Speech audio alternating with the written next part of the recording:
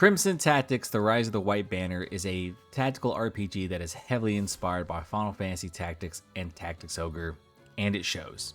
This game is currently in early access, and you can get around 10 or so hours of content depending on your playstyle if you want to play it either through strategy or tactics mode. If you're playing through tactics mode, it's a far more streamlined experience. You're not going to worry about certain things, buffs, debuffs, positioning, all of that. It still does matter, but not as much. With strategy mode, it's your traditional tactical RPG experience. You're going to have to worry about positioning, certain classes you bring into combat. There's all these things you have to take into consideration. But regardless, I think that this is a solid foundation. Usually when I make these videos, I talk about the positives first, but I feel like for this game, I want to talk about the things that need to be improved. First thing on my list, and it's probably the most prominent, is the lack of an auto camera.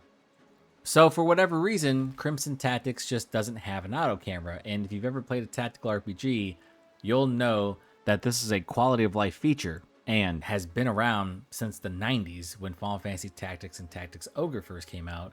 And I found it to be a very glaring omission here. In practically every tactical RPG, there are obstructions and different levels of verticality that are going to challenge the player's view.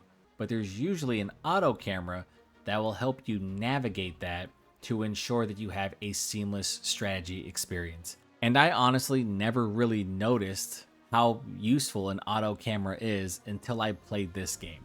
Because when an enemy gets out of your view or is able to find that one area that the camera just can't track to, regardless of how many times you switch the angle around, it's incredibly frustrating. Because what you have to do is click your mouse wheel and that will take you to the overhead camera. And as of this recording, that is the only way to kind of get around some of the more frustrating, obscured views that enemies tend to find themselves in. It's probably the most unfortunate thing about this game so far because it's something that you probably took for granted when playing other tactical RPGs. Next up, let's talk about the overworld map, and specifically let's focus on the fact that there are no discernible icons there. Now, being able to determine whether or not you're in a town is pretty easy. Look at the structures on the map. Also, if you happen to go to one of these areas and fight there, did it look like a town? I know that's a bit of a smart ass answer, but that's 100% the truth. The other thing is, you don't know which areas are going to be considered battlefields that you can grind. Because when I first started this game, my brain went, is this just one of those titles where I'm jumping from battlefield to battlefield and I have no ability to grind levels? Think of Triangle Strategy in that regard, in which eventually you were given the option to go into these different battles, but you had like that guild master that allowed you to. I thought that was going to be the same thing in Crimson Tactics, but that couldn't be farther from the truth. So if you want to grind levels in Crimson Tactics, you're going to have to wander the map until eventually you trigger an event where you're pretty much walking into an ambush and you're going to be given an option. You can either engage in combat, which I highly recommend you do because of levels and material, or you can pay the bandits off, and that price can vary. It can be 300, it can be 500, it can be 1,000, whatever. But that is the only way you can level grind. It is so random, and because there's no icons, like there's nothing that tells me that this is a red battlefield, that's someplace where I can go to and just grind levels continuously. It's one of the most random and semi-frustrating things because as you're traveling, you may find yourself wandering for quite some time before you trigger a random encounter. I think this should be the easiest fix for the developers. Just change the color of the icons on the overworld map, and we should be good to go. Now, the last thing I want changed in Crimson Tactics has something to do with the way NPC enemies, important NPC enemies, will just sit there on the battlefield when you get them down to a certain bit of health. You're going to run into a number of story battles in which you are fighting important NPCs, and the entire objective is to vanquish that enemy. The problem is, when you start doing damage and you get them down to like the last 20% of their health, they take a knee, they have like a statement, and then for whatever reason, they don't just automatically walk off the battlefield. If you remembered Final Fantasy Tactics, when you had some of these important battles, enemies would just like reach their hands up and disappear or something like that. That does not happen here. What happens is it triggers an event in which no one can do damage to them. Like, you can't hurt them at all.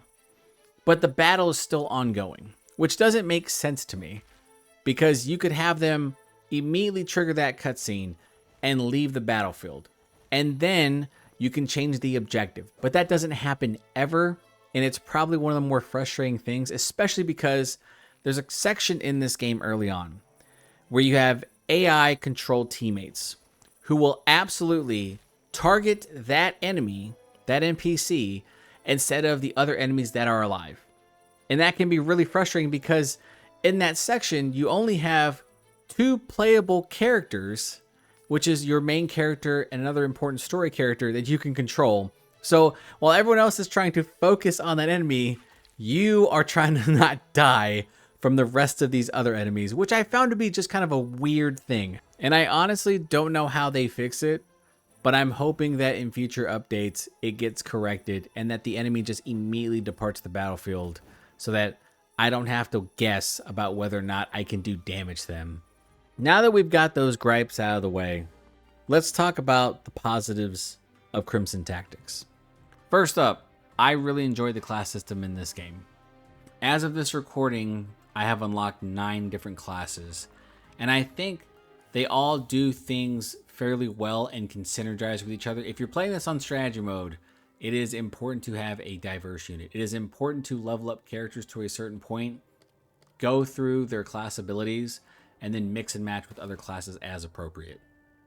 I, for one, committed certain party members to the Knight class just so I could level them up to get to the flanking attack ability, because as you progress through the game and as you start to fight harder enemies, you're going to want to have multiple follow-up attacks, and that flanking attack is really useful. Now, you have to bear in mind that certain heavy weapons, like broadswords or greatswords and heavy axes and hammers, have the ability to hit multiple targets at the same time and could potentially end up hitting your teammate.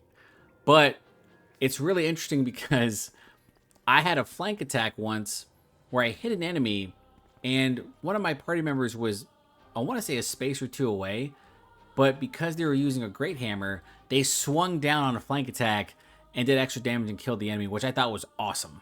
So if you're looking for a tactical RPG that really emphasizes optimization and customization in regards to party classes, Crimson Tactics does a really good job, and it's honestly pretty impressive. Moving on, let's talk about some of the battlefield encounters and how positioning really plays a part in your success. This is a minor thing in my opinion because I feel like a lot of tactical RPGs do this, but I remember playing Triangle Strategy and just being frustrated about the fact that I did not have full autonomy of where my units could be placed. Sometimes when you were playing through that game and you were going through the story engagements, you were pretty much at the whim of where the game wanted to place you. And I understand that there were some people that loved it, but I had gripes because I'm one of those people who, when I play tactical RPGs, I want full control over the battlefield. Like I said, it's a minor thing. There are certain cutscenes in this game where it feels like you're just about to walk into an ambush, that you may have to split up your teams, and that's completely fine, but as long as you allow me to choose the deployment, I'm completely okay with that. And luckily in Crimson Tactics, they allow you to. Next on my list is something that is really specific that happens during your time with the story, and that is you are battling an individual who betrayed you. And as soon as you whittle them down to low health, they hop on a horse and they escape the battlefield. So your main character tells someone to go take chase, and one of the important story NPCs fires an arrow and then proceeds to take chase. And then after you defeat every enemy on the battlefield, you then transition to a second fight. And I thought this was really cool because I don't think I remember many tactical RPGs that walked you straight in to what was essentially a personal duel. While it was a 2-on-1, mounts act as a secondary lifeline, meaning that you have to whittle down and incapacitate the mount first before they knock off the rider, and then you have to fight the rider, which is something I also think is pretty cool in this game because you can buy mounts. They're just really expensive, but they're really useful, especially when you start to get into some of the more difficult areas in this game. Because when you start going into these difficult encounters, you're going to want to have that secondary lifeline because you may only have one white mage. Regardless though, I thought this fight was awesome, and I'm hoping that as the story progresses and as they start to add things to the game, that they have more moments like this, because that was a true standout. As it stands right now, Crimson Tactics is a really solid tactical RPG. The things that I mentioned that it could improve upon are mostly quality of life, and it would, in my opinion, greatly enhance the experience of the game, because an auto camera, in my opinion, should just be a standard. And I think that being able to identify when an NPC is defeated or is no longer going to engage in combat is something I think that should be highlighted more. And I think that tweaking the overworld map so that the player can clearly identify where shops are, where battlefields are, is probably the easiest and most fixable thing that you can do. I know that more than likely implementing a auto camera is going to require a lot of testing, but I think something as simple as changing the icons in the overworld map would be greatly beneficial to those of us who just want to grind for levels. The one thing I want to see more of from the developers are these little deviations so that it's not too familiar with other tactical RPGs. I really feel like because of the way this game is structured, you're going to be greatly reminded of Tactics Ogre, Final Fantasy Tactics, and other really nostalgic old school tactical RPGs. And I feel like that's a good thing, but also a bad thing, because I feel like the developers should really try to push for their own type of content. And I really think that the best way to do that is probably having more of those small deviations in which you get these one-on-one battles, and also trying to have character classes that we have not seen before. I think that type of stuff would be greatly appreciated and would help separate Crimson Tactics into its own category, instead of just being a game that lives in the shadow of two tactical RPG giants, which is not a bad thing, I would like to say, but I want to see just a little bit more creativity, a little bit more deviation, because I think that this game has something solid that could be special, but that all depends on whether or not the developers are willing to take certain risks with the game. And I know that's pretty difficult, because as of right now, what you have is interesting, but very familiar. So there are a number of games that will remind you of Crimson Tactics. And I know that what separates it right now, plot-wise, is just how it is embracing that dark fantasy. This is a very violent game. You are seeing characters get maimed. You are seeing characters get their throats slit, get stabbed, get destroyed by dragons, all of that stuff.